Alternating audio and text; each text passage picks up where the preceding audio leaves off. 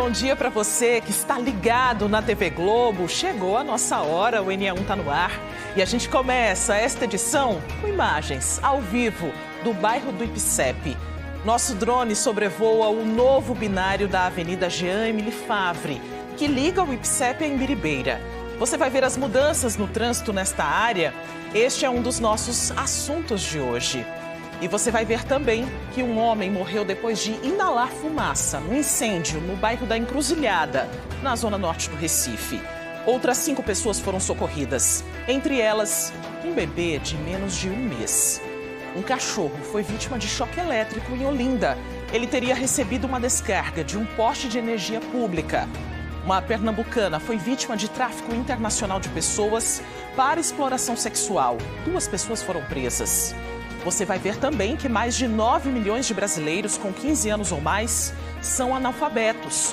O NE1 vai mostrar projetos sociais que ajudam essas pessoas a ler e a escrever. E tem muito mais no NE1 de hoje. Espero a sua mensagem pelo nosso canal Globo e também pelo nosso Instagram, @ne1.globo. Fica conectado com a gente até 1 da tarde. Agora são 11h50. A gente vai direto para o bairro da Encruzilhada, no Recife. Um apartamento pegou fogo hoje pela manhã, na rua Professor Miranda Curió. Uma pessoa morreu depois de inalar muita fumaça. Alguns vizinhos também passaram mal e foram socorridos, entre eles um bebê de menos de 1 mês. Diogo Franco tem as informações ao vivo para a gente. Oi, Diogo. Oi, Maristela. Na medida do possível, bom dia para você, bom dia para todo mundo. Eu falo ao vivo aqui da rua, onde, em frente ao prédio, junto com Bruno Campos, repórter cinematográfico, onde teve esse incêndio, né? O fogo ali, a gente vê as manchas escuras no apartamento do 3º andar, onde o fogo começou. Aquela parte ali onde não tem a janela, que só tem aquele buraco, né, onde tem uma mancha mais escura, é um quarto. Foi ali, de acordo com o Corpo de Bombeiros, que o fogo começou e se propagou pelo apartamento e a fumaça acabou consumindo, procurando, né, um espaço, né, porque ela vai procurando a superfície e foi subindo e a informação que nós tivemos é que teve muita fumaça na escada, né, onde tem aquelas portas de incêndio, e as pessoas que foram socorridas, elas não moram nesse andar, elas moram num andar superior, então elas estavam buscando socorro e acabaram precisando de ajuda, né? E uma pessoa morreu. Essa pessoa que morreu, de acordo aqui com moradores da localidade, também moradores do prédio, era um professor de matemática. A informação que nós temos aqui é que ele se chamava Wildson Cruz e era um professor de matemática muito querido. Eu agora vou conversar com um representante aqui do Corpo de Bombeiros, que é o Major Elton Lira. Bem-vindo ao NE1.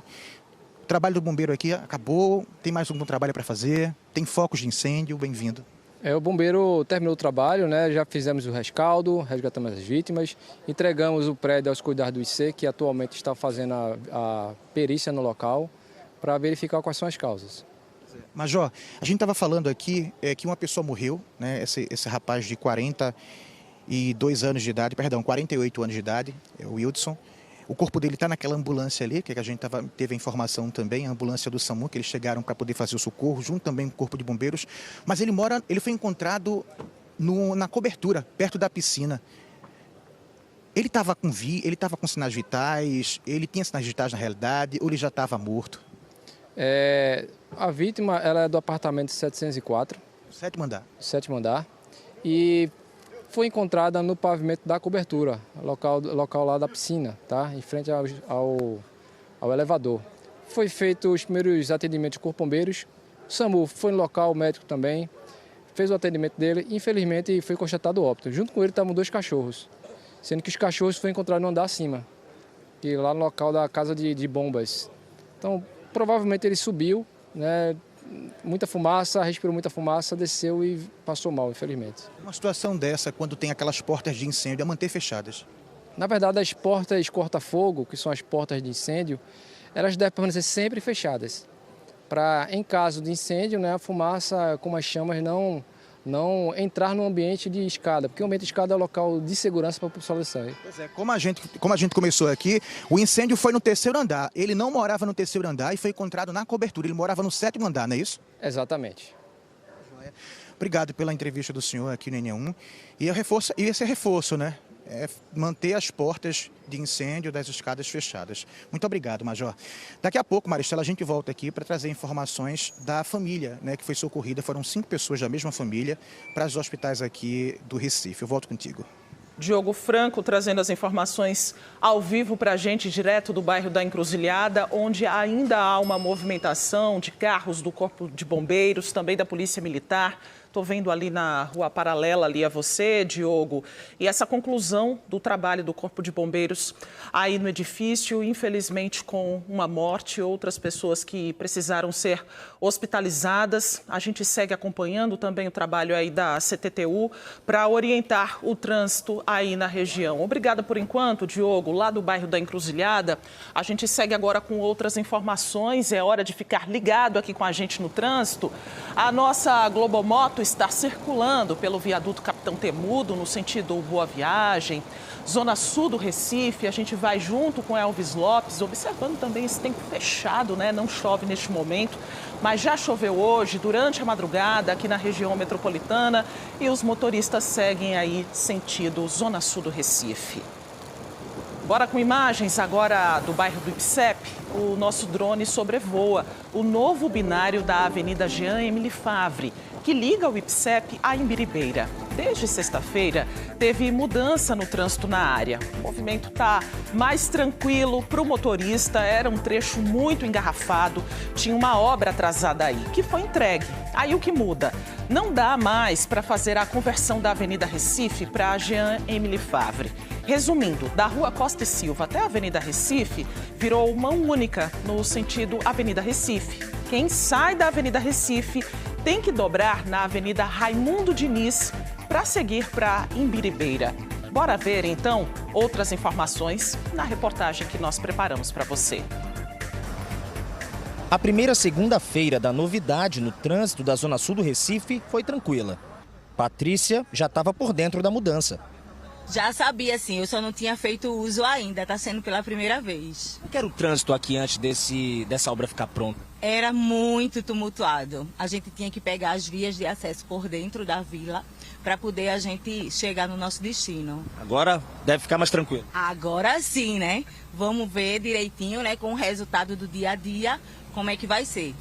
Mobilizadores e agentes da CTTU orientavam os moradores que não sabiam das novidades. Na sexta-feira, passou a valer o novo binário da Avenida Jean Emily Favre, que liga os bairros do IPSEP e da Imbiribeira. Os motoristas que vêm da Avenida Recife não podem mais entrar na Jean Emily Favre, porque o trecho da via que começa na rua Costa e Silva agora tem mão única no sentido Ibura. Quem quer seguir para Imbiribeira precisa dobrar na Avenida Raimundo Diniz, ir pela Rua Rio Maranhão e Rua Pampulha até a Mascarenhas de Moraes. Para pegar a Jean Emily Favre, o motorista deve agora dobrar à esquerda na Rua Costa e Silva. Para a mudança de circulação, a principal é o giro à esquerda na Avenida Recife, que agora é pela Raimundo Diniz. A Raimundo Diniz é simplesmente uma rua depois da Jean Emily Favre, para que as pessoas possam se situar. Outra novidade é a implantação de 2 faixas exclusivas para ônibus na Jean Emily Favre, uma em cada sentido. Esse sistema viário ele foi pensado muito para o pedestre, muito para o usuário de transporte público. Na Jean Emily Favre passam 8 linhas de ônibus. Para isso foram criadas 2 faixas exclusivas e a partir de um processo de construção de diálogo com a população, sobretudo os comerciantes, essa faixa exclusiva ela tem um horário diferenciado das demais faixas azuis de Recife. Em geral, as faixas azuis operam de 6 às 22 horas nos dias úteis. Aqui na Jean Emily Favre será de 6 às 8 da manhã. Para que a gente possa, com isso, também favorecer o comércio, porque a partir do momento que você tem uma faixa exclusiva, você vai poder acessar o lote lindeiro. Então, a Jean Emily Favre, como é que vai ser o comportamento dela? Sentido Mascarenhas de Moraes para a Avenida Recife, são 3 faixas nesse sentido, sendo uma exclusiva para ônibus. E haverá uma faixa no contrafluxo, ou seja, no sentido Avenida Recife para Mascarenhas de Moraes, mas a partir da Rua Costa e Silva, uma vez que a entrada é pela Raimundo Diniz. Sérgio tem um comércio na região e está satisfeito com a mudança. Isso aí realmente é uma conquista, né? De tanta gente falar teve audiências também, muitas reuniões, muitas entrevistas e é uma conquista, vamos dizer assim, né? Uma pequena conquista. Se continuar assim, está excelente, então não mudem. Um alívio para os motoristas aí da região, né? Agora, uma informação importante para os carroceiros que usam veículo de tração animal no Recife. Tem um cadastramento para fazer até o dia 30 de junho. De acordo com a Prefeitura, a partir desse cadastro, vai ser possível criar políticas públicas para esses trabalhadores. A secretária de Proteção e Defesa dos Animais do Recife, Andresa Albuquerque, explicou como os carroceiros vão poder se cadastrar. Veja só. A forma de cadastramento é bem simples, é só chegar nos pontos e aí levar a carteira a identidade, no caso a carteira de identificação. Além disso, um documento sem foto, no caso, não precisa ser um documento com foto. E o comprovante de residência com CEP do Recife, que é muito importante, e também levar o animal, para que a gente consiga microchipar. E é importante frisar também que nesse momento a gente não está fazendo recolhimento. Essa microchipagem é apenas para identificar o animal e também a carroça. Então é só levar no ponto e a gente, no caso, pega todas as informações. Hoje, como é que funciona a lei que regulamenta, né, esse transporte? Essa lei está prevista, no caso, é proibido, mas tem horários e vias específicas. Então, eles podem transitar, né, em alguns horários específicos até o dia 31 de janeiro. Então, esse cadastro que vai até o dia 30 de junho é muito importante para que a gente consiga chegar com as políticas públicas até essas famílias. Quais são essas políticas, depois que tiver todo esse cadastramento, né, qual vai ser o encaminhamento? É importante frisar, né, que a indenização vai ser para a entrega voluntária do animal, certo? E aí vai receber essa indenização. Além disso, a gente vai ter curso de capacitação com apoio ao empreendedorismo por via do Credipop Recife. Além disso, a gente vai ofertar vagas de emprego através do Gol Recife. Vai ter também as vagas de emprego pela Inlurb, também disponíveis, e outros meios alternativos através de cooperativas de reciclagem. Qual o valor da indenização, secretária? No momento a gente não pode divulgar, porque o projeto de lei vai ser divulgado, vai ser apresentado na Câmara Municipal do Recife. Então a gente tem que aguardar um pouco. A indenização que vai ser em breve vai ser divulgada. E o que acontece com esses cavalos depois que eles forem recolhidos? A entrega só vai ser voluntária a partir de agosto, certo? Então, quando a gente pegar esses cavalos, a gente vai levar para o Centro de Vigilância Ambiental, onde lá eles vão ser tratados, caso eles tenham alguma zoonose, por exemplo. E aí, depois de tratados, vão ser disponibilizados para adoção. E aí a pessoa vai ter que apresentar uma série de documentos para a gente e, além disso, a pessoa tem que ter prioridade e tem que ter uma área rural para poder a gente levar o animal para o adotante. Esses tutores que não quiserem fazer a doação, ainda assim, eles precisam fazer o cadastramento? Não, quem quiser permanecer na atividade ainda de trabalho com o seu cavalo, ele vai ter que levar o seu cavalo para a área rural. Então, eles têm um prazo até o dia 31 de janeiro para transitar. A partir do 31 de janeiro de 2026, eles não vão mais poder transitar na cidade do Recife. Então, por isso que é importante eles se cadastrarem para poder receber as políticas públicas. Então, bora lá. Os atendimentos hoje foram até o meio-dia. Bora então conferir onde tem cadastro para os carroceiros amanhã, quarta e quinta-feira. O horário é das 8 da manhã ao meio-dia. Bora ver aqui na tela junto comigo. Tem atendimento no Arruda, no Campo, ao lado da UPAE, no Curado, no Centro Bidu Krause, em Dois Irmãos, na Praça de Dois Irmãos, na Iputinga, na Escola Municipal Casarão do Barbalho, e em Joana Bezerra, na Praça do Citinho. Para conferir os locais, até o dia 30 de junho, você pode acessar o Conecta Recife. E o NE1, você já sabe, é feito com a sua participação. Você pode mandar vídeos, fotos, mensagens, mostrando, de repente, um problema aí na sua comunidade. É só acessar o nosso canal Globo, QR Code aparecendo aí agora na tela para você também mandar a sua sugestão de reportagem. Olha, como fez o Edilson Alves. Vamos ler aqui a mensagem que ele mandou para a gente. Olá, eu gostaria que fosse feita uma matéria sobre um grande profissional que é muito importante para a sociedade, o porteiro. Mostrar seus diversos ramos de atividades e o seu valor dentro das empresas, condomínios e direitos. Muito legal a sua sugestão, Edilson. Agradeço demais a sua participação. Edilson pediu e a gente vai mostrar, claro, aqui no NE1. Bora conversar com Ivan Duarte sobre este assunto. Ele já está pronto por aqui. Como trabalhar nessa função, hein, Ivan? Conta tudo para a gente. Boa tarde para você. Oi, Maristela, boa tarde a você também, boa tarde a todos, em especial a todos os porteiros aqui de Pernambuco, os que nos acompanham agora, a todos, né, de maneira geral, pelo dia deles hoje oficialmente. Agora, respondendo o que você me perguntou, para ser porteiro não é preciso fazer faculdade, mas se a pessoa fizer cursos profissionalizantes, ajuda a ingressar no mercado de trabalho e também a estar mais preparado quando os desafios chegarem. Por exemplo, hoje eu fui até o bairro do IPCEP para conhecer uma escola que qualifica porteiros. E lá, nas conversas com as pessoas, né, que fazem parte das aulas e também com ex-alunos, eu descobri que, por exemplo, o curso para portaria que é oferecido tem 70% do que é ensinado voltado para a segurança, porque nos condomínios, além de fazer esse trabalho, né, de atender as pessoas e tudo que acontece que a gente já sabe, tem que ficar sempre muito atento ao que acontece nos arredores, ao que acontece quando um condômino entra ou sai do prédio. E também, ainda sobre essa qualificação, a gente descobriu também outros pontos, como o tratamento da LGPD, por exemplo, que é aquela lei geral de proteção de dados, sabe? Os porteiros lidam diretamente com a biometria facial, a digital das pessoas, então tem que saber como armazenar todo esse conteúdo e também o curso faz parte essa matéria, né, faz parte da grade curricular. Além, claro, também de descrição, cordialidade, postura, enfim. Com relação também ao que é ensinado, olha só, essa cartilha de cumprimento de ordens judiciais em condomínios nos foi apresentada lá. A professora disse que é um material importante, porque sempre que chega uma ordem judicial, pode bater aquela dúvida, né? O que vai fazer? Vai deixar acontecer o cumprimento do mandado?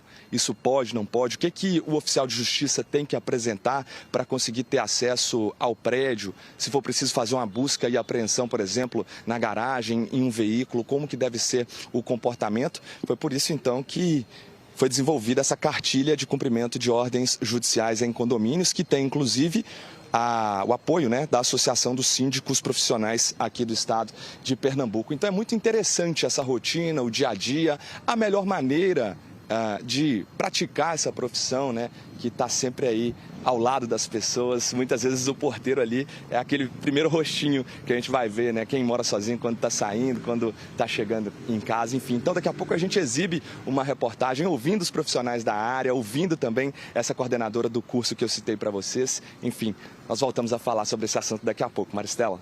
Muito legal, Ivan, e você percebeu, né, que o QR Code não saiu da nossa tela em momento nenhum. É para você participar pelo nosso canal Globo. Se você tem dúvidas sobre os direitos desse profissional, você está interessado também em trabalhar na área. Daqui a pouco o Ivan Duarte volta com outras informações para a gente.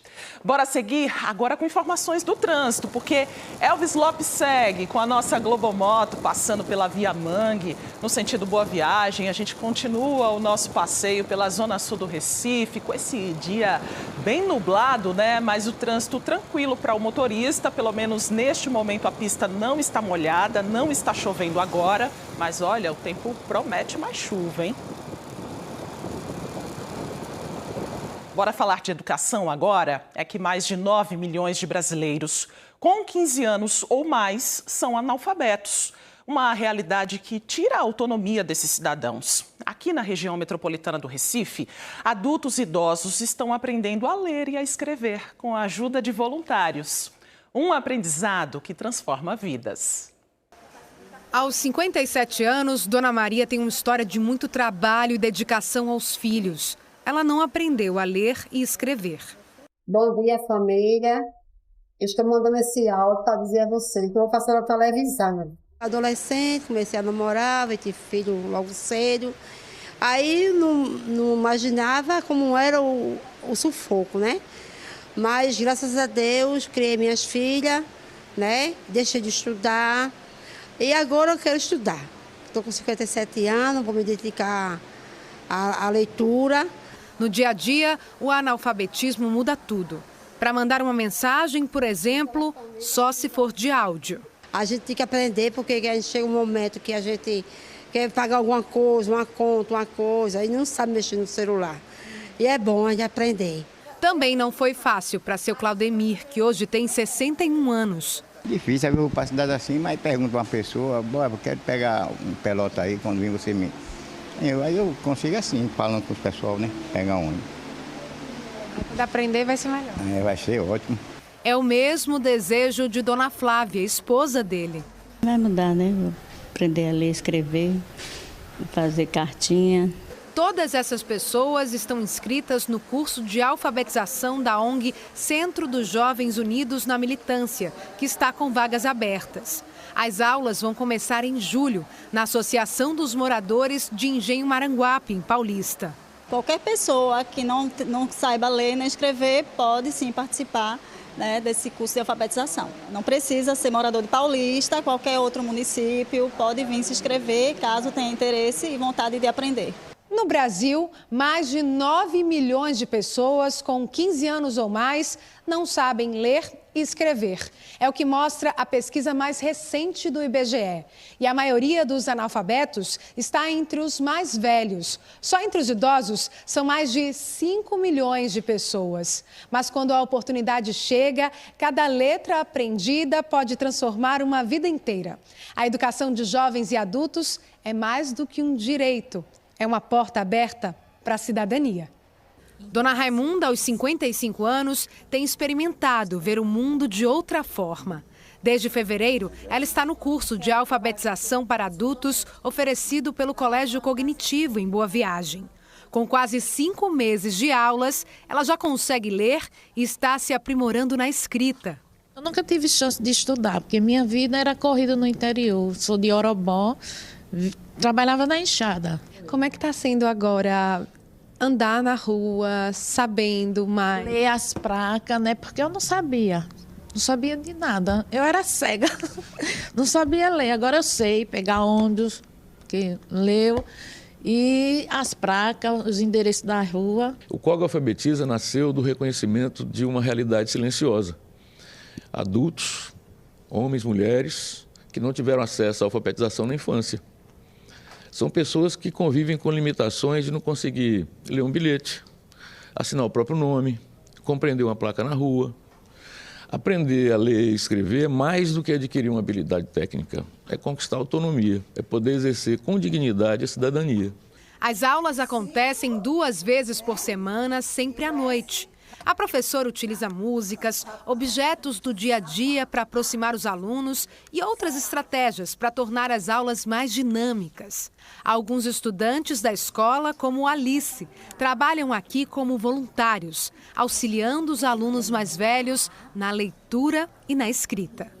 Eles chegam aqui sem saber quase nada e saem daqui super felizes. A família apoiando, muitas vezes os amigos. E às vezes eles, dependem da gente, sabe? É muito bom saber que a gente pode fazer alguma coisa nesse mundo que está tão, muitas vezes, faltando, com lacunas, sabe? Seu José Maria é auxiliar de serviços gerais da escola. Resolveu que também queria aprender e está feliz com os resultados. É ruim demais, a gente andar nos cantos e não saber de nada. Olhar as placas e não sabe de nada é um cego. Realmente é difícil demais. E aí, agora que está aprendendo, é como se abrisse assim, um horizonte. Assim. Graças a Deus é maravilhoso e eu tenho a agradecer muito. Dona Sueli tem 66 anos e está animada com as descobertas do mundo da leitura. Hoje eu estou aprendendo mais as palavrinhas, que as professoras muito delicadas, sabe? Tem paciência com os idosos, meu Deus. Está conseguindo, assim, ler algumas coisas? Sim, meu nome, né? Fazendo meu nome. Eu li a palavra sorvete é gostoso. Chegou, nem acreditei. Dona Nair, de 73 anos, já concluiu o curso. Hoje, ela consegue escrever melhor e ter mais autonomia. Achei bom. E foi maravilhoso este colégio dar essa oportunidade para tanta gente que não sabia assinar seu nome e hoje a saber, né? Para a professora Rose, a maior recompensa é ver a evolução e o quanto a alfabetização é transformadora. Não é o professor o centro das atenções, não é dessa forma, é a troca, é de igual para igual, né? O que facilita muito e ajuda no nosso dia a dia. E finalizo com o pensamento de Paulo Freire. Me movo como educadora, porque primeiro me movo como gente. É um prazer, não tem preço estar aqui.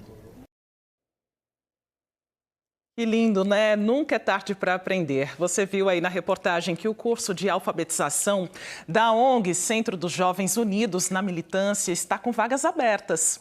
Para se inscrever, é só entrar em contato com a ONG pelo telefone que está aparecendo aqui na nossa tela, o 98806-7677.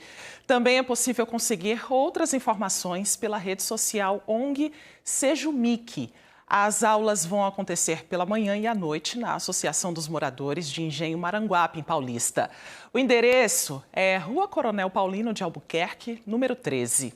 E tem mais dica de curso gratuito de alfabetização. A Casa Zero abriu inscrições apenas para mulheres. Começa na semana que vem e tem duração de 7 meses. As inscrições são gratuitas e podem ser feitas pelo WhatsApp da Casa Zero. Anota aí, então, 99185-7147.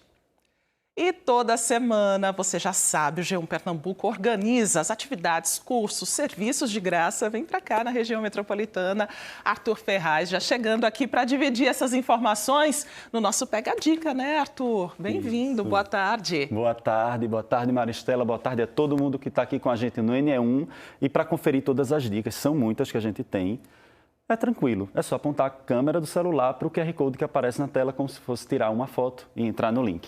Fácil demais, né? E a primeira dica já tem a ver com o romantismo da semana, né, Arthur? Exatamente, o amor está no ar. O que você conta pra gente? Semana do Dia dos Namorados, então a nossa primeira dica tinha que estar ligada a essa data, porque tem 3 casamentos coletivos previstos para esta semana só no Recife. A primeira cerimônia acontece na quarta-feira, a partir das 2 da tarde, no Geraldão, na Imbiribeira, e as outras 2 na própria quinta-feira, Dia dos Namorados, na sede da OAB, no bairro de Santo Antônio, e no Bloco B da Uninassal, no bairro das Graças. Ainda dá tempo de se inscrever e no G1 a gente traz as informações com toda a documentação que os casais precisam levar para poder participar dessas cerimônias. A gente tem ainda uma dica para as crianças que vão entrar de férias em julho. São colônias de férias para crianças autistas que estão sendo oferecidas pela ONG Amigo da Infância e Instituto do Autismo. São 10 mil vagas em 6 cidades do Grande Recife e do interior do estado. Os encontros começam no dia 1º do próximo mês e vão até 19 de julho. As inscrições são pela internet e os pais precisam levar um laudo que comprova que o filho tem o transtorno do espectro autista, TEA. Para a criançada se divertir bastante aí nas férias, né? Para fechar, tem dica de saúde também? Isso. Tem o calendário do mamógrafo móvel que a gente sempre traz aqui, né, Mari? Dessa vez a gente tem o calendário do Recife e de Paulista, na região metropolitana. São 80 vagas por dia e não precisa agendar. Você chega lá no local e apresenta o documento de identificação, CPF, comprovante de residência, o cartão do SUS. Os atendimentos vão até 28 de junho no Recife e em Paulista até 27. Todas as informações sobre essas e outras dicas, né, Maristela, estão no G1. É só apontar a câmera do celular para o QR Code na tela ou baixar o nosso aplicativo, que é de graça, entrando na aba Minha Região. Enquanto o pessoal acompanha o NE1, tá lá no celular, acessando o QR Code com todas as informações do G1. Obrigada, Arthur. Até a próxima semana. Valeu, tchau, obrigado. Tchau. Até a próxima semana. Bora seguir com outras notícias. Bora voltar lá para o bairro da Encruzilhada. Você que está chegando agora, um apartamento pegou fogo. Diogo Franco está na frente do prédio, já trouxe as primeiras informações. O fogo já foi controlado. Infelizmente, uma pessoa morreu, outras pessoas precisaram de atendimento médico. Entre essas vítimas, essas pessoas, um bebê, né, Diogo? Que outros detalhes você traz agora para a gente, por favor? Maristela, deixa eu primeiro trazer aqui a informação da família que foi levada para o hospital particular e também para hospitais públicos aqui do Recife. Foram 6 pessoas atendidas pelo SAMU e também pelo Corpo de Bombeiros. Uma pessoa morreu, de 48 anos, ele se chamava Wilson Cruz, ele era professor de matemática, morava no 7º andar do apartamento. O corpo dele permanece aqui dentro da ambulância do SAMU, que está estacionada aqui na frente do prédio. A perícia criminal acabou de sair daqui. fez o trabalho, mas vamos trazer aqui informações das pessoas que foram atendidas pelo SAMU. Uma pessoa de 42 anos, do sexo feminino, ela foi atendida aqui e passa bem. Agora tem 4 pessoas que precisaram ser levadas para o hospital. Tem um homem de 39 anos que foi levado para um hospital particular. Tem também um homem de 29 anos que foi levado para o hospital particular. Tem uma mulher de 39 anos que foi levada para a Policlínica Amaury Coutinho e também outra mulher de 61 anos que foi levada para a Policlínica Amaury Coutinho. Aqui na rua onde fica o prédio, né, o edifício, tem muitos moradores. Vou pedir até para a Bruno mostrar aqui os moradores quando tem na calçada, tem pessoas que moram aqui no prédio esperando autorização para poder entrar, para poder tentar pegar alguma coisa, porque ainda está isolado. Deixa eu conversar com uma moradora aqui, que é Amanda Rodrigues, ela é publicitária. Acordou já com medo, né, Amanda? Com cheiro de fumaça, alguma coisa despertou a atenção e você saiu do prédio, do apartamento, para poder entender o que era, né? Era um cheiro muito, assim, como se fosse uma panela, uma coisa muito simples. Eu saí só para ver o que era, tá? Nem me passava pela cabeça um incêndio ou algo maior. Tanto que eu desci sem nada, só com o telefone no bolso, de Havaiana mesmo, sem nada. Quando a gente se deu conta do que era, a fumaça já subiu logo. Quando eu fui voltar até para pegar o cachorro, já não consegui. A gente já desceu direto. Algumas pessoas bateram nas portas para tentar alertar outras pessoas.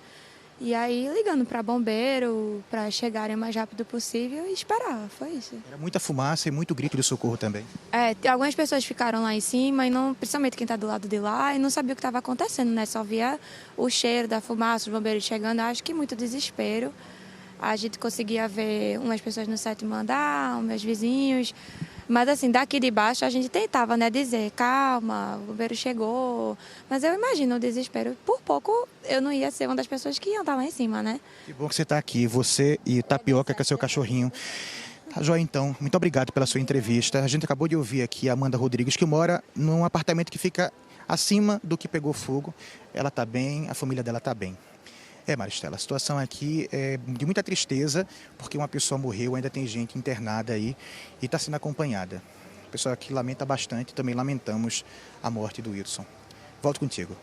Ficam aqui os nossos sentimentos, né? Infelizmente, isso aconteceu aí no bairro da Encruzilhada. A gente percebe ainda uma movimentação muito grande. Agora há pouco a gente estava resgatando também as imagens que chegaram pelo nosso canal Globo do momento do incêndio, uma fumaça preta que foi vista. E aí a sua colaboração é muito importante, sempre aqui no NE1, com essas imagens e esse alerta também para as instalações. Claro que a causa desse incêndio ainda vai ser apurada, a gente vai seguir acompanhando. Infelizmente, uma vítima aí que acabou perdendo a vida neste incêndio. A gente segue agora com imagens do nosso drone. Vamos seguir aqui o NE1, meio-dia e 21, para você que está circulando pelo trânsito. Christopher Moraes está na Avenida Mascarenhas de Moraes, no bairro da Imbiribeira. No lado direito você observa uma movimentação bem tranquila aí do motorista que segue sentido Afogados. A gente tem uma visão diferente do alto, né? Uma outra dimensão para você observar o Recife, a região metropolitana. Do lado esquerdo a gente também vê aí a movimentação bem calma também, sem problemas, sem dificuldades para o motorista que vem sentido aeroporto.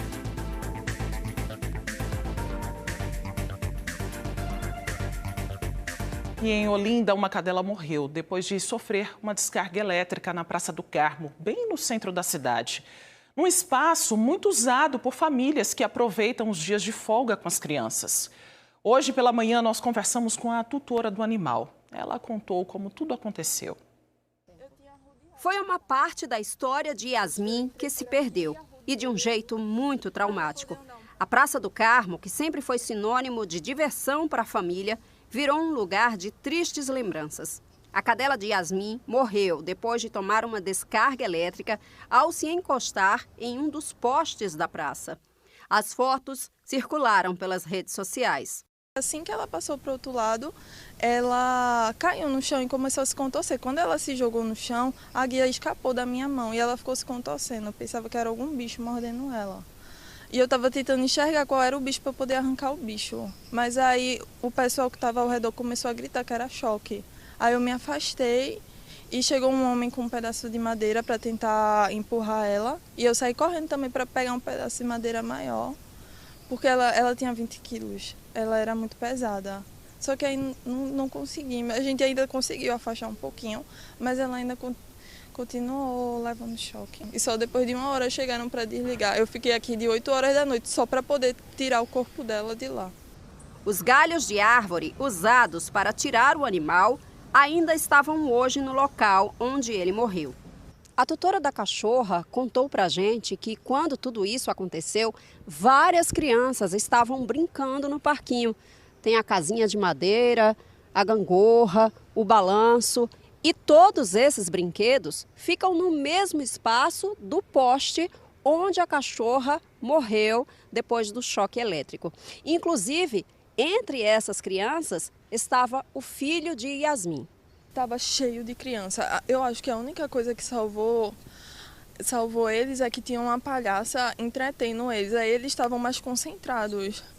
Porque eu acho que se não fosse essa mulher, as crianças estariam mais espalhadas e com certeza já iam passar por lá. E criança brinca descalça de vez em quando. Eu também deixo meu filho brincando descalço. A gente não imagina que um parquinho, lugar de criança, vai ter esse perigo, sabe? Yasmin está revoltada. Contou que a cachorra, Elin, tinha 8 anos e estava com a família desde filhote. E que vai ser difícil daqui para frente sem ela, principalmente para o filho. Ele chegou em casa, ele nem entendia o que tinha acontecido ainda. Ele perguntou se ela ia voltar para casa. E eu não sabia nem como explicar o que mais precisa para eles entenderem o que precisa fazer. Só quando o ser humano morrer. Ossi e a mulher Ingrid costumavam frequentar a praça com o filho Arthur, de 1 ano e meio. Quando souberam da morte do animal, ficaram assustados. Eles já estavam evitando o lugar por outros motivos. Além da violência, a falta de infraestrutura, né? E saber agora que um cachorro morreu eletrocutado, então isso nos afasta ainda mais. Isso é apavorante, porque imagina você sair para brincar com seu filho e voltar direto para o hospital até causar uma morte. É um absurdo isso com a gente que é morador, que paga imposto, que devia utilizar esse espaço como um espaço de lazer, né? Acaba que vira um espaço de medo para a gente usar. É um risco para todo mundo, né? Yasmin, a gente sente demais por aqui também, tá? A Neoenergia informou que postes localizados em praças e canteiros centrais são de responsabilidade da Prefeitura. Mesmo assim, uma equipe foi enviada ao local e encontrou técnicos responsáveis pela iluminação pública trabalhando para consertar o vazamento de corrente elétrica. A Prefeitura de Olinda lamentou o acidente com a cadela e disse que enviou uma equipe para resolver o problema. Disse também que verificou todos os postes da praça. A gente segue, claro, acompanhando os desdobramentos desse caso. Perguntamos à Polícia Civil também como estão as investigações, mas ainda não temos respostas. O combate ao tráfico internacional de pessoas para exploração sexual está no foco de uma investigação da Polícia Federal. Durante uma operação, 2 pessoas suspeitas de fazerem parte de uma organização criminosa foram presas. Uma pernambucana, vítima dessa organização criminosa, foi resgatada pelos policiais. O repórter Gustavo Ferreira tem outras informações.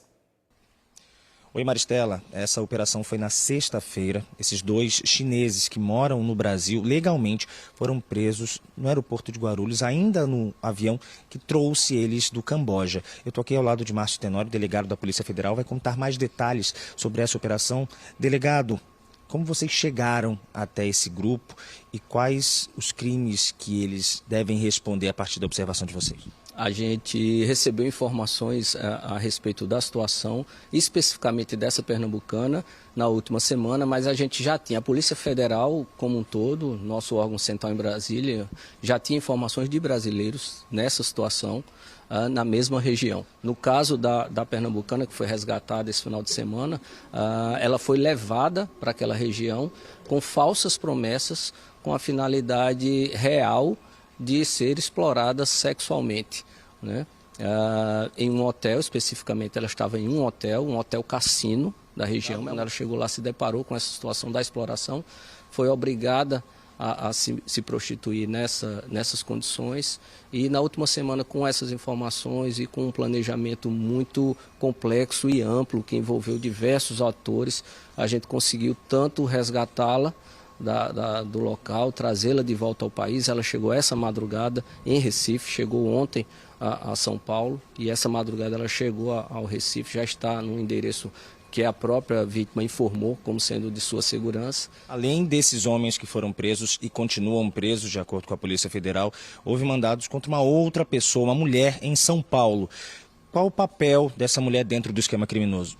Essa moça ela foi também objeto da operação, porque ela, inclusive, retornou também da região junto com o grupo. Mas a Polícia Federal representou pela prisão preventiva dela também, como dos outros dois, porque a polícia entende que ela é integrante da organização criminosa. Possivelmente o papel que ela exerce é o papel de aliciadora. Ela é a ponte entre o grupo criminoso e as jovens, as moças brasileiras. Nos últimos 6 meses, essa pessoa ela teve pelo menos 2 vezes na região de Mianmar, na região onde a pernambucana foi resgatada, e nas 2 vezes que ela esteve lá, ela não foi sozinha, ela foi inclusive levando outras mulheres aqui do país. E as investigações agora continuam, né? Por quais crimes essas pessoas, esses integrantes dessa suposta organização criminosa, podem e devem responder com o avanço das investigações da polícia? As investigações vão continuar agora ainda mais de forma mais contundente, uma vez que a gente teve acesso a elementos que provavelmente nos darão um contexto probatório bem maior, né, que foram os smartphones dos presos, foram apreendidos, e o smartphone também da moça que foi objeto do mandado de busca e apreensão, e o grupo vai responder por organização criminosa e tráfico internacional de pessoas para fim de exploração sexual. Muito obrigado, delegado, pelas informações dessa operação. Maristela, volto com você aí no estúdio. Agora, 12h30, a gente segue com outros assuntos, porque hoje é o Dia do Porteiro. Uma função importante, tanto para os condomínios quanto para as empresas. Além do cuidado com a segurança, é preciso ter outras habilidades. E tem curso para ajudar quem tem interesse nesse mercado de trabalho. Na porta do condomínio, o bom dia dele vem carregado de cortesia. Bom dia novamente. Olha, chegou encomenda, viu, da farmácia. É sinal de que tem gente cuidando, tem gente atenta. A gente tem que estar de olho em quem está entrando, no que chega, encomendas, correspondência, anotar entrada, saída de quem vem fazer prestador de serviços. Então, realmente a rotina da gente aqui é muito, muito grande, muito corrida. Cada atitude guarda uma função essencial, a de fazer tudo fluir de um jeito discreto. A portaria é um ponto de chegada, mas para quem está do lado de lá, é também um ponto de equilíbrio. Entre o que entra e o que sai, o porteiro confere, orienta, acompanha. É aí que a gente entende que para estar nessa função, além do olhar apurado, é necessário ter muita presença. Procurar agradar todo mundo, não agradar um ao outro, tem que ser igual com todo mundo, e assim a gente vai levando. O cargo não exige faculdade, mas profissionais qualificados têm mais chances no mercado. Numa sala de aula, a gente encontra profissionais que escolheram a portaria como caminho e descobriram que para ser bom no ofício é preciso saber lidar com pessoas, entender de tecnologia e ter muita disciplina, além de estar ligado às atualidades. A gente tem que treinar, né, para a gente chegar a esse destino, que é ser um grande porteiro com bastante treinamento e bastante experiência, né? O curso oferecido ensina desde o uso de câmeras de monitoramento até como se comportar em uma situação de risco, de mandados judiciais e aplicação de leis, mas também aponta para coisas que não se aprende só com teoria: discrição, cordialidade, paciência. O porteiro, ele, mesmo sem sair da portaria, ele sabe da vida da grande maioria dos moradores do prédio, né? As suas atividades, suas rotinas, e a gente sempre pede para ele ter muita discrição com esse tipo de situação, para que não está comentando fora do ambiente de trabalho sobre as rotinas dos moradores, o que ele vê que não vai agregar nada ao seu trabalho, que ele também faça vista grossa para essas situações, que o respeito com todos os condôminos tem que ser de forma uniforme, né? Que ele não trate ninguém com diferenças. No Dia do Porteiro, a história do Márcio é um abraço em quem dedica a vida a cuidar dos outros. Quando a filha dele, Ayla, teve complicações no pulmão por causa de uma pneumonia, foi o condomínio que estendeu a mão. Moradores se uniram numa campanha para ajudar com os custos do tratamento. Um gesto de gratidão para quem, há 14 anos, faz muito mais do que abrir portas. Abre confiança e renova todo dia o sentido de estar ali. Eu sou feliz, por Deus ter colocado essas pessoas na minha vida e que me ajudaram no momento mais que eu precisei, Não imaginava isso.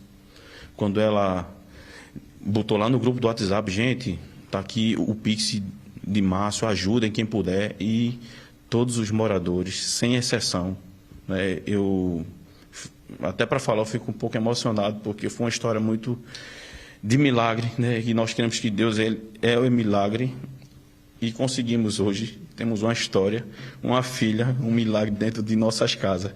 Só agradecer a Deus e gratidão a todos os moradores ali do condomínio. É uma relação que vai sendo criada, todos os dias.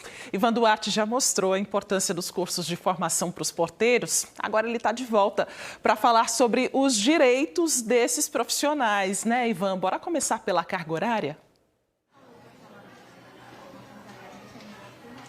Bora, Maristela. O Eduardo, que você viu aí na reportagem, ele trabalha naquele esquema de 12 por 36. Pega serviços 7 horas da manhã e larga 7 horas da noite. Aí depois tem 36 horas aí de descanso. Pelo que eu conversei com as pessoas também, esse é o formato mais comum de contratação.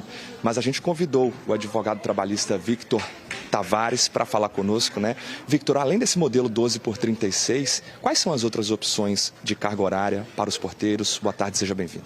Boa tarde, Ivan. Boa tarde, Maristela. Boa tarde a todos. Além do 12 por 36, que de fato é o mais comum, a gente tem a jornada parcial, que seriam de 6 horas diárias e 30 horas semanais. E, além disso, a 44 semanal da CLT, que seria a 6 por 1. Com relação às formas de contratação, CLT, que você acabou de citar, quais as outras também existem? Além da CLT, você pode ser contratado pela terceirização, que seria você ser contratado por uma terceira empresa para prestar serviço para o edifício, para a empresa. Além disso, tem o contrato por tempo determinado, que é muito utilizado para feristas, por exemplo, que são os porteiros que vão cobrir as férias de outros. Além disso, tem também a questão do contrato intermitente. E esses são os mais comuns, assim. Com relação aos direitos, cita pra gente os principais, é o FGTS, a férias, o 13º, por gentileza. Isso, exatamente. O porteiro, sendo contratado pela CLT, ele tem direito às férias, tem direito a 13º, tem direito a aviso prévio em caso de demissão, tem direito ao recolhimento de FGTS e INSS, que são extremamente necessários caso ele precise, por exemplo, de um benefício para o INSS, ele precisa ser qualificado como segurado para isso. Uma dúvida que sempre vem com relação à relação trabalhista, é sobre justamente o desvio de função. Eu queria que você explicasse o que caracteriza o desvio de função e, especificamente no caso dos porteiros, a gente cita, por exemplo, a questão de segurança. O que fica a cargo deles e o que eles não devem fazer com relação à segurança do condomínio? O desvio de função ele é caracterizado quando você é contratado para uma função, por exemplo, o caso do porteiro, e você é designado para ter uma outra atividade principal. Ele, por exemplo, exercer a função de vigilante. O que seria a função de vigilante? Seria ele ser responsável pela segurança patrimonial, seria ele ser responsável pela segurança, muitas vezes até pela necessidade da violência para coibir ou assegurar aquele ambiente. O porteiro não, ele não é responsável por isso. Ele é responsável por verificar um movimento diferente, um movimento que traga a insegurança para o local e acionar as autoridades responsáveis para isso. Ele não tem a necessidade de coibir esse ato. E hora extra, como é que funciona, Victor? Porque, por exemplo, a forma de contratação mais comum é essa de 12 horas por 36. 12 horas já é um expediente longo. Sim. Pode fazer hora extra? Ivan, Isso depende muito do que está na conversão coletiva. Em regra geral, não se pode fazer hora extra na 12 por 36, exceto em eventualidades. Por exemplo, o porteiro que você sucederia ou queria suceder você teve um problema e você foi designado para isso. Você não é obrigado, mas isso pode acontecer. Elas não podem se tornar habituais, porque se as horas extras se tornam habituais, essa jornada 12 por 36 ela pode ser descaracterizada. E o tempo de descanso? O tempo de descanso é de no mínimo 1 hora. Você tem também 1 hora e máximo 2 horas para esse intervalo de intrajornada, como se chama. Tá certo, Victor. Obrigado pelas orientações, dividir seu conhecimento aqui com a gente. Então é isso, Maristela, um pouco dos direitos aí dos porteiros no dia deles. Vou voltar com você aí no estúdio. São profissionais que merecem todo o nosso respeito, o nosso carinho também, né? Pela dedicação todos os dias nas portarias. Sugestão lá do Edilson, né? Que participou do NA1 pelo nosso canal Globo. E que bom que pudemos conhecer boas histórias e também falar sobre os direitos desses trabalhadores. Obrigada, Ivan, pelas informações. Olha, e hoje tem Caravana do GE, Tiago Medeiros, diretamente de Aliança, que está no ritmo do forró. Oi, Tiago, boa tarde.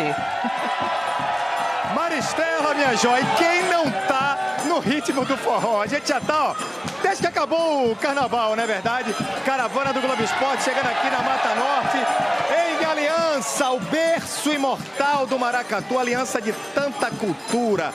É o berço imortal do maracatu, também do cavalo marinho, do boi, enfim, do forró também. A Aliança que tem um São João diferente. Aqui acontece o Forró Fest, que é um São João antecipado. Rolou na sexta, no sábado e terminou ontem, no domingo. Então, São João agora já rolou, só vai ter ali aquele São Joãozinho de comunidade. Mas lógico que tá todo mundo no clima junino por aqui. Eu, Globo Esporte, nesse clima aqui de São João, aqui de Aliança, vamos falar do final de semana, de muitas novidades. Saiu a primeira derrota do Santa Cruz no Campeonato Brasileiro da Série D. Dani Moraes já vai estar aqui comigo repercutindo. Já a gente vem aí no Globo Esporte, né, Dani? Também tem a chegada de Daniel Paulista, quarta passagem dele como técnico do esporte. Repercutir também a eliminação do Náutico na Copa do Nordeste, seleção brasileira. Enfim, uma tuia de coisa. Daqui a pouco, Caravana do Globo Esporte, esse projeto do GE que sai comendo estrada pelo estado de Pernambuco, chegando aqui na Mata Norte, aqui em Aliança. Maristela, vou ficando por aqui com forrozinho pra tu, que eu sei que tu gosta. E com essa energia deliciosa que a gente já conhece da Caravana do GE. Muito legal. Até já, Tiago. E no próximo bloco a gente fala de solidariedade. Sabe aquele evento que pede para você levar 1 quilo de alimento para doar? Quer saber para onde vai a sua doação? A gente mostra já já. Bora circular pelo trânsito. A nossa Globomoto está passando agora pela Avenida Visconde de Jequitinhonha, no bairro de Boa Viagem. As barraquinhas com itens juninos já estão montadas por aí na beira do canal. O NA1 volta em instantes, agora 12h41.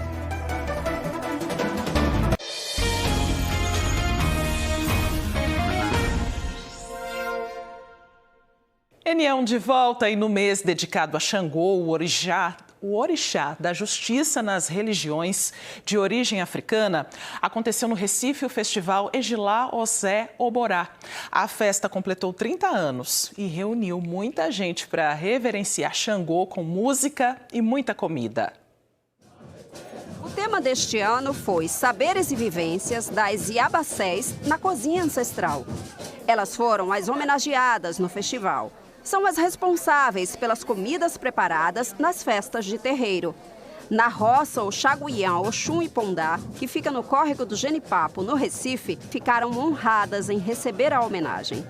Fomos escolhidas, né, para poder fazer os preparos das comidas, né, principalmente ao nosso grande orixá, o Rei Xangô.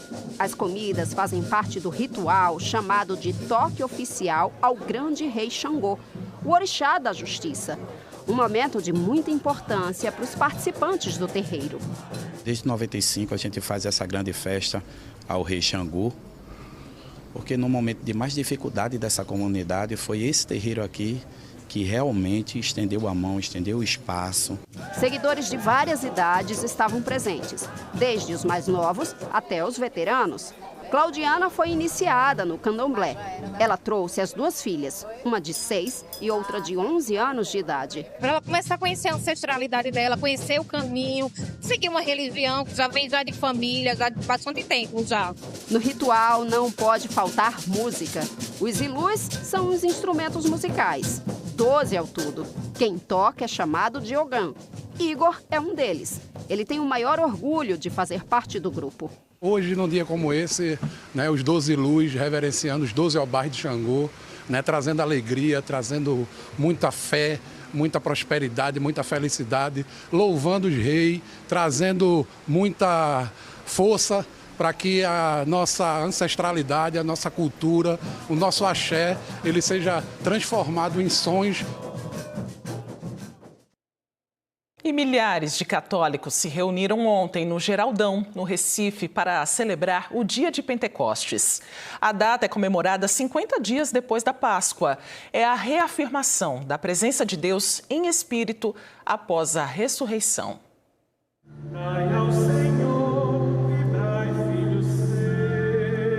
O encontro de Pentecostes reabasteceu os católicos que estavam presentes. Enche de amor, de fortalecimento. Nós, católicos, nesse momento de Pentecostes, recebemos o Espírito Santo e nos preparamos para mais um ano de caminhada e o fortalecimento que só o Espírito Santo nos dá. Vitor veio renovar a fé com o grupo pela primeira vez. A gente consegue olhar no olhar de cada um a fé e a esperança de cada um. Então, é um gás a mais para a gente, enquanto cristão, ver que as pessoas elas se entregam de verdade. O dia de Pentecostes também foi de autoconhecimento, de perceber que a religião sustenta e move cada um aqui. Você sente realmente a presença do Espírito Santo aqui. E é muito emocionante e muito bonito ver tantos fiéis em um pleno domingo que poderia estar em qualquer lugar, mas está aqui, vindo buscar a Deus. O dia de Pentecostes tem muita importância para a Igreja Católica. A data lembra a descida do Espírito Santo sobre os apóstolos e sobre Maria, mãe de Jesus, depois que o filho foi crucificado.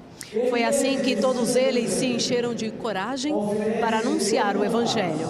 A missa foi celebrada por Dom Paulo Jackson. O arcebispo de Olinda e Recife falou para os fiéis sobre evangelizar quem ainda não se identifica com qualquer religião. A solenidade de Pentecostes é a grande festa da unidade da arquidiocese.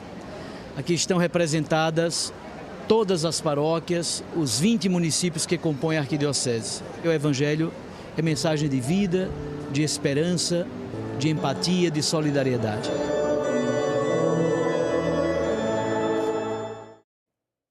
E começa hoje no Recife o CinePE, um dos mais importantes festivais do audiovisual. Esse ano são 38 filmes em exibição, tudo de graça.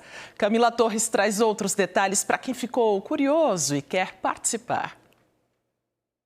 Olá, pessoal! As exibições começam hoje mesmo. Festival CinePE, vamos chamar de Oscar pernambucano do audiovisual, né? Eu vou conversar com Sandra Bertini, ela que é uma das diretoras do evento. Ô Sandra, todas as exibições são de graça, não é isso? Isso, o evento é gratuito, mas as pessoas precisam acessar a plataforma do CIPA pela primeira vez e lá vão retirar seus ingressos a partir sempre de um dia antes. A gente está vendendo para o dia anterior. Vendendo não, porque o ingresso é gratuito, mas as aquisições têm que ser feitas pelo CIPA. Onde as exibições? As exibições serão aqui no Cinema do Teatro do Parque, onde terão as mostras competitivas de curta e de longa e as mostras paralelas que ocorrerão no Cinema São Luís nos dias 14 e 15 de junho. Então a gente tem programação aí, pelo menos até metade desse mês, né? Isso, a gente vai estar de 9 a 15 de junho, né, com o CinePE. Sempre tivemos um público muito presente, Camila, e a gente aguarda esse público mais uma vez.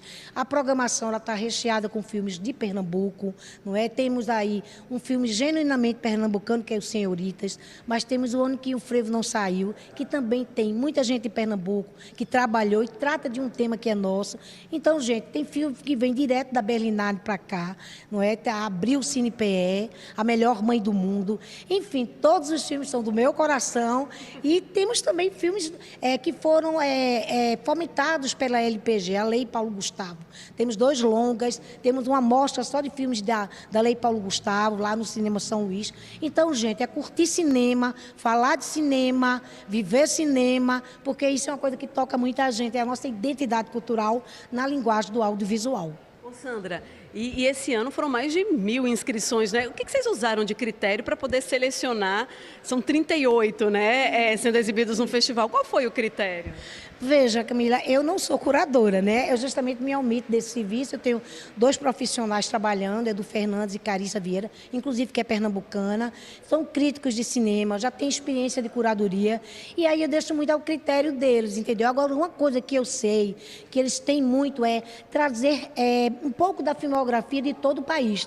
Tanto que a gente tem filme do Amapá aqui. São filmes bons, não é, que têm qualidade, mas que são de outras regiões e que não teriam essa oportunidade. Então, o Cine PE, como você disse aí, que é o Oscar pernambucano, ou como Pelé dizia, o Maracanã dos festivais, está aqui trazendo uma filmografia geral. Maravilha, então. Bora aproveitar de graça, mas tem que retirar os ingressos pela internet. Escolhe qual que você quer assistir, tá? A programação está lá na internet, festivalcinepe.com.br. Voltamos ao estúdio. As comidas gigantes fazem parte da tradição junina em Caruaru. E ontem foi o dia do maior cuscuz do mundo. Uma festa que leva uma multidão ao Alto do Moura, no agreste do estado. A cuscuzeira gigante tinha 800 quilos de cuscuz. Deu para muita gente provar o prato, acompanhado com salsicha e molho. Agora, bora falar de solidariedade. Sabe aquele evento público que pede doação de alimentos? No Recife, eles são destinados a instituições de combate à fome. Ivan Duarte está ao vivo na Casa da Criança Marcelo Asfora. Uma das instituições beneficiadas. É a ajuda chegando a quem mais precisa, né, Ivan? Exatamente, Maristela. E a gente vê, né, as crianças se alimentando, dá assim uma alegria enorme. Aqui na Casa da Criança Marcelo Asfora, são 95 crianças atendidas no contraturno, então elas chegam de manhã e saem depois do almoço para irem estudar. Eu vou conversar aqui agora com a diretora-presidente da Casa da Criança Marcelo Asfora, é a Flora Pessoa. Flora, como é que é o banco de alimentos que vocês recebem, né? Legumes, frutas, ajuda a manter aqui a mesa farta para as crianças. A gente até fez as imagens mais cedo. Boa tarde, bem-vinda. Boa tarde a todos. Na verdade, a casa vive de doação, então todos os alimentos que chegam a gente são muito bem-vindos, né? E a referência do Banco de Alimentos da Prefeitura é, como eu sempre digo, a gente tem um selo de qualidade, porque os alimentos já vêm triados, já vêm selecionados, né? Tem uma durabilidade grande e a gente atende, basicamente, em 15 dias, mais ou menos, a gente pode servir tranquilamente todos os alimentos que o banco nos fornece, assim, na parte de verdura, de frutas, isso aí é selo de qualidade. Vocês servem quantas refeições aqui e em todas elas utilizam alimentos que vêm desse banco de alimentos da prefeitura ou não? Sim. De manhã, por exemplo, a gente serve 3, tá? Café da manhã, lanche e almoço. De manhã, por exemplo, vai cuscuz, ou vai inhame, vai cuscuz. Eles também mandam a parte de cereal, né? Que eles fazem a coleta e mandam também a parte de cereal. Então, é inhame, é cuscuz. No lanche, a gente recebeu uma quantidade boa de banana e essa aí durou. E almoço é o quê? Verdura, fruta, legumes, tudo isso. Suco, maracujá. Ajuda demais, né? Demais, demais. Certo, Flora. Obrigado, viu, por conversar aqui com a gente. Deixa eu convidar para chegar para cá também, por gentileza, a Pamela Alves. Ela é secretária de combate à fome do Recife, né, Pamela? Eu queria que você falasse a quantas pessoas, vocês têm esse dado, a quantas pessoas o Banco de Alimentos consegue chegar e atender. Boa tarde, bem-vinda. Obrigada, boa tarde a todos. Bom, o Banco de Alimentos hoje atende a 48 entidades sociais. Isso significa mais de 27 mil pessoas que são atendidas todos os dias pelos alimentos que são doados pelo banco. Recentemente teve uma reforma que promoveu uma ampliação. Fala pra gente sobre o que mudou e melhorou. Bom, o Banco de Alimentos ele é um equipamento da Política de Segurança Alimentar e Nutricional da Prefeitura, que a gente chama de Recife Sem Fome. Ele foi inaugurado em 2023 e recentemente a gente entregou uma nova sede desse banco e essa sede aumentou em 7 vezes a capacidade de recebimento de alimentos. Então isso significa que o banco hoje ele consegue receber 100 toneladas de alimentos, fazer essa separação, essa triagem que a Flora ela mencionou e destinar para as 48 instituições que estão já cadastradas. Nosso tempo está esgotando, mas dá tempo de dizer, para receber alimentos do banco, como é que faz? Isso, eu faço aqui, Ivan, um convite a todos os empresários, aos dirigentes de empresas, a também pessoas físicas que querem doar para o Banco de Alimentos. É só mandar um e-mail para bancodealimentos@recife.pe.gov.br, acessar também o Instagram da SAES, que é o @sais.recife, ou ligar para o número 3303 3317. Então você consegue fazer as doações de alimentos. Tá certo, Pamela. Obrigado pela participação. A gente, inclusive, tem esses contatos que você citou para colocar aí para o pessoal e ajudar também, né? Vou voltar com você aí no estúdio, Maristela. A ajuda sempre é muito bem-vinda, né, Ivan? Agradeço demais a sua companhia hoje. O NE1, claro, volta amanhã e você pode rever e compartilhar as nossas reportagens a qualquer hora no Globoplay. Uma ótima tarde para você. Obrigada por sua companhia. Fique agora com o Globo Esporte.